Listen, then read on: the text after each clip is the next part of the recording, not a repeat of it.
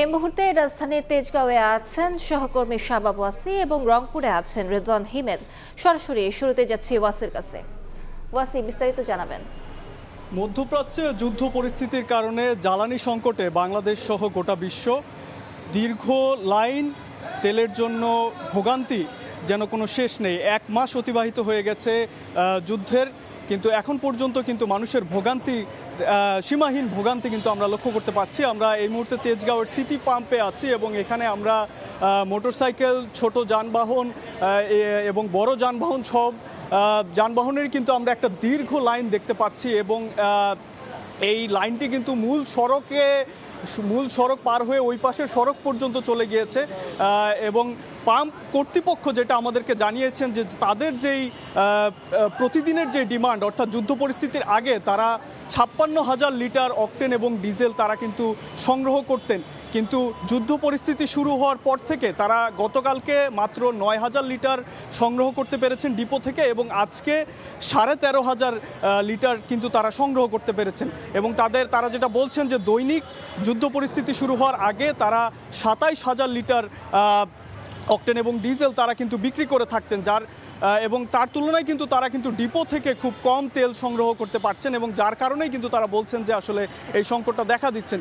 যদিও এটা তাদের কথা এবং অর্থাৎ ডিপো থেকে কিন্তু বলা হচ্ছে যে রেশনিংয়ের ভিত্তিতে কিন্তু তেল দেওয়ার কথা কিন্তু ডিপো থেকে বলা হচ্ছে যে, এবং সরকার থেকে যেটা বলা হচ্ছে যে প্যানিক বাইংয়ের কারণে, অর্থাৎ এই যুদ্ধ পরিস্থিতি কবে শেষ হবে সেই নিয়ে কিন্তু সবার মধ্যে একটা আতঙ্ক রয়েছে এবং যার ফলেই কিন্তু এই দীর্ঘ লাইন আমরা দেখতে পাচ্ছি এবং সকলেই কিন্তু চেষ্টা করছেন যে যতটুকু তেল দেওয়া হচ্ছে ততটুকুই কিন্তু তারা নিয়ে নিচ্ছেন এবং দীর্ঘক্ষণ লাইনে দাঁড়িয়ে কিন্তু তারা এই তেল সংগ্রহ করছেন এবং তারা জাস্ট তাদের সবার মধ্যে কিন্তু এটা নিয়ে এই তেলের যে সংকট এটা আরও তীব্র হতে পারে এই আতঙ্ক কিন্তু তাদের মধ্যে আমরা দেখতে পাচ্ছি। তো এই ছিল আমার কাছে রাজধানী থেকে সর্বশেষ।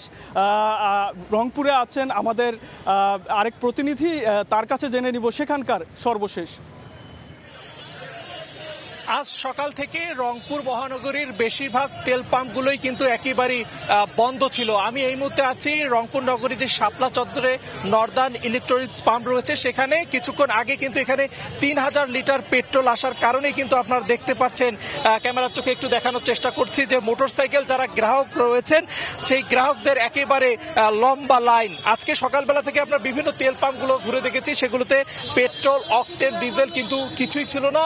হাতে গোনা 1-2টি তেল পাম্পে তেল থাকলেও সেগুলো কিন্তু তুলনামূলক অনেক কম। সেক্ষেত্রে কিন্তু গ্রাহকদের আমরা দেখেছি কিছুক্ষণ আগে এই তেল পাম্পটিতে 3,000 লিটার পেট্রোল আসার কারণে কিন্তু আপনারা দেখছেন যে গ্রাহকদের একটি লম্বা লাইন কিন্তু রয়েছে। সেক্ষেত্রে যারা গ্রাহক রয়েছেন তাদের যেমন অভিযোগ রয়েছে সেমন পেট্রোল পাম্প মালিকদেরও অভিযোগ, পাল্টাপাল্টি অভিযোগ রয়েছে।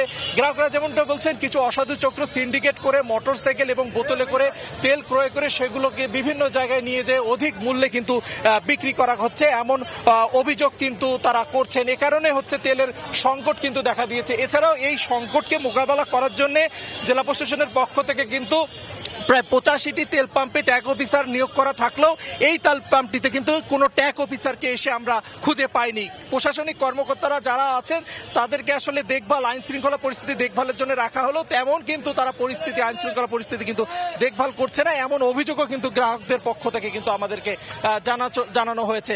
সবকিছু মিলে আমরা দেখেছি ডিজেল না পাওয়ার কারণে কিন্তু উল্টো দিকে কিন্তু যারা কার আছেন, প্রাইভেট কার রয়েছেন সেগুলোর কিন্তু একেবারে লম্বা লাইন রয়েছে। সবকিছু মিলে প্রশাসনের পক্ষ থেকে বলা হচ্ছে পর্যাপ্ত পরিমাণে তেল থাকলেও গ্রাহকদের অভিযোগ তারা কিন্তু তেল পাচ্ছে না। তো এই ছিল রংপুর থেকে তেল সংকট নিয়ে আমার কাছে থাকা সর্বশেষ তথ্য। তেজগাঁও এবং রংপুর থেকে জানছিলাম ফিলিং স্টেশনগুলোর খবরাখবর।